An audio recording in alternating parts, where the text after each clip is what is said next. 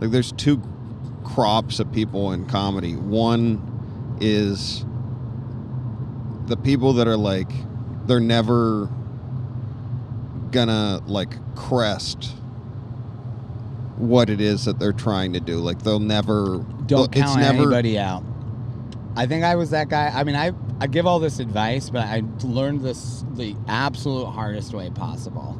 And I like had to quit comedy and come back to recognize all of the things that I wasn't doing. Mm-hmm. And I was 12 years in. I mean, like, I literally quit. So I was the guy who everyone was like, well, you know, like, that's what happens when you just only work on sets and just use it as a, like, I was very social. I liked going out and drinking and doing sets and doing mics and doing shows and producing shows. And I worked really hard on my, I can't even really say that now in hindsight, but I worked kind of hard on my material and my sets. Mm-hmm. But I never worked on my career, ever. I never submitted for festivals. I never went out of town. I didn't try to put in FaceTime at clubs. I didn't do anything except for bum around my local scene. And that's, I mean, he mentions that where there's two crops of people in comedy. There's one Stanhope that like, Stanhope said this, where he's like, there's one group that they're never high enough. Right. Like they will always continue to be dissatisfied because they haven't, like, there's always somebody making more or doing whatever. And then there's another group of people that view this as like an endless party, and they didn't mean to like even start to begin with, and they're going to ride it until it's done. And I'm starting to like, I think that's it. Those are his two crops. Yeah. It was just Stanhope's amazing. It's I think there was more to it, but I want to know if that's the full context. There's two crops of comics. Just sad losers and people who like to party. Well, I mean, sad fucking, like, people that have success and are never satisfied. Yeah, never satisfied, sad fucking losers. How many people do you know though that are like that though? Cool. From people that you knew from New York where they got like a credit or two, and you know, you would think like, oh, this is what would lead them to being satisfied, and then they're still like, oh, I didn't get this and so got this, and this is the most common thing I've seen with people, and this is one that I've definitely noticed even in myself, is that you feel like one thing is going to happen and then everything will kind of gel, and you can like relax, and you'll just kind of sift through offers. Yeah. And it's like, it's not the case at all. I had a friend who got his like Conan set, and immediately after it happened, he sent his avails to like literally every club in the entire country. I think he lined up like one weekend or something out of all of them, and pretty much everyone was like, never heard of you, congrats on your Conan thing. Yeah. You know?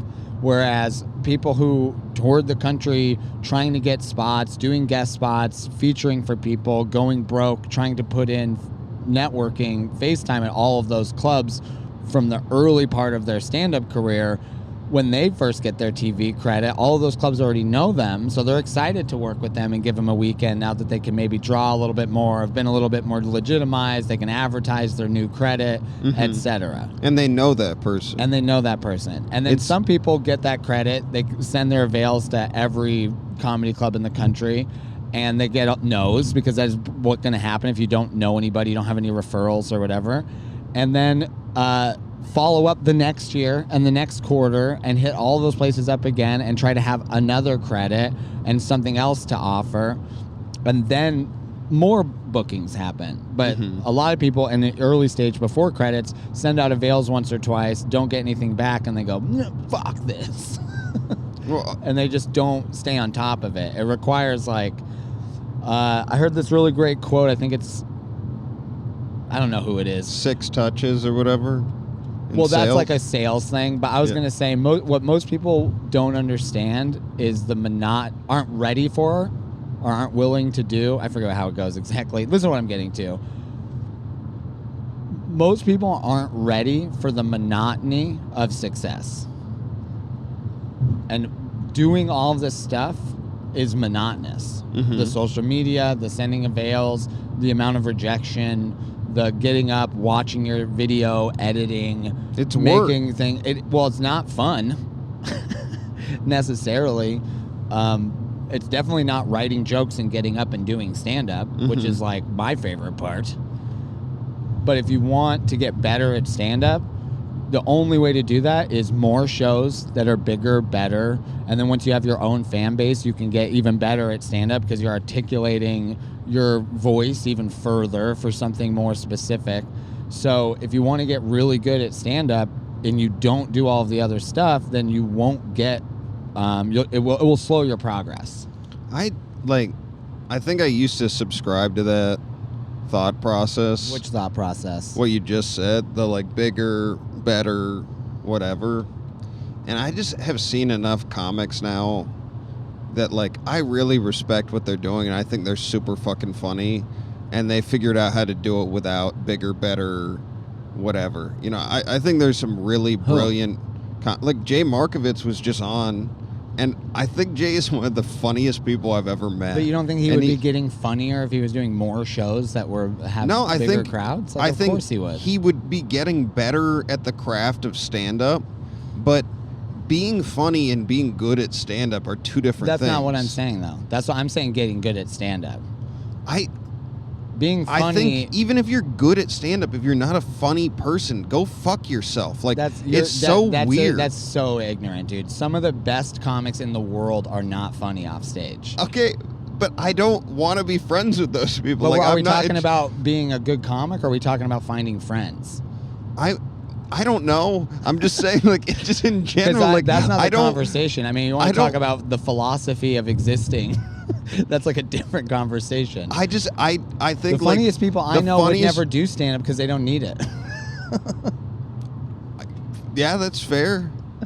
I just think, like, most of those guys that are in New York that I respect what they're doing on and off stage, there's an alignment between who they are on stage and off stage. It's not this character that they play that's like this fictionalization of like what is the funniest. Like when they get off stage, they care a lot about you as a human being. Is like that's a big piece of it. It's like, are you still human? Do you give a shit about the conversation that's right in front of you? And most of those people don't.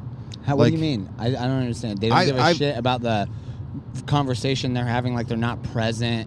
Yes, they're looking over their. I heard this thing about Dane Cook, where like before Dane's brother stole all of his money, he would be at like the Laugh Factory or whatever, and it didn't matter who he was talking to. He was always looking over their shoulder to see if there was another person that's more whatever. And like, I've met super successful people in my life, not in relationship. Maybe the person talking to Dane Cook really sucks at talking to. It was Bert Kreischer that said it, so possibly. Yeah. He's, I'm sure, a true delight at every moment. But even still, like, it was... No, I've heard that about Dane Cook, too. Later in his career, though, he stopped doing it. And Bert asked him, he's like, why'd you stop doing that? And he said, because my brother took all my money, and I got fucked, and I realized, like, what was important. And I think when you're so caught up in like being successful and making money and doing all this shit and being the best at comedy, you lose that ability to connect with individuals. But that's not a guarantee. I mean, like, you can be really good at being a person and really, like, two things can be true at the same time. A lot of people like to refer to these exceptions as if like that's a standard, but I know plenty of people who are really driven comedians and like really good dads, you know, and like. Yeah. But it's an incredibly difficult thing to do, where you're balancing this. Yeah, it takes. No, like, okay, etiquette, I have the ego to do all of this stuff, but then on a dime, I can stop and make this person feel like as important as the 700 people that I just performed for. It's like, it's really hard to do. And I think going back to like Jay, because I'm fucking coming full circle like a motherfucker on this.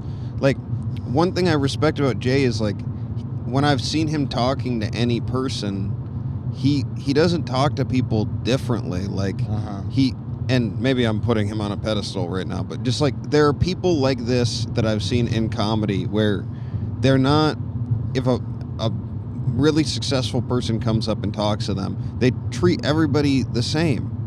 And I think that's really, like, not losing that is important. And if you do lose that, then you're, like, kind of preaching to the audience, and you're, like, you're not connecting with people. You're, like, it's just an act, which is fine. Like, there's a place for that or whatever. But that's what I'm, like, battling with right now is I just, like, I want to be able to do this thing to the best of my ability and, like, be as good as I can be for myself. But I don't want it to be at the expense of, like, I got into this because I was a fan of comedy. Like, sure. I don't ever want to go, like, have somebody come up to me, like, hey, I really like your stuff, and be like, thanks, dude, and just walk away, you know, like. Yeah. Hey, if you like that video, make sure to hit the subscribe button and follow our page for new weekly content.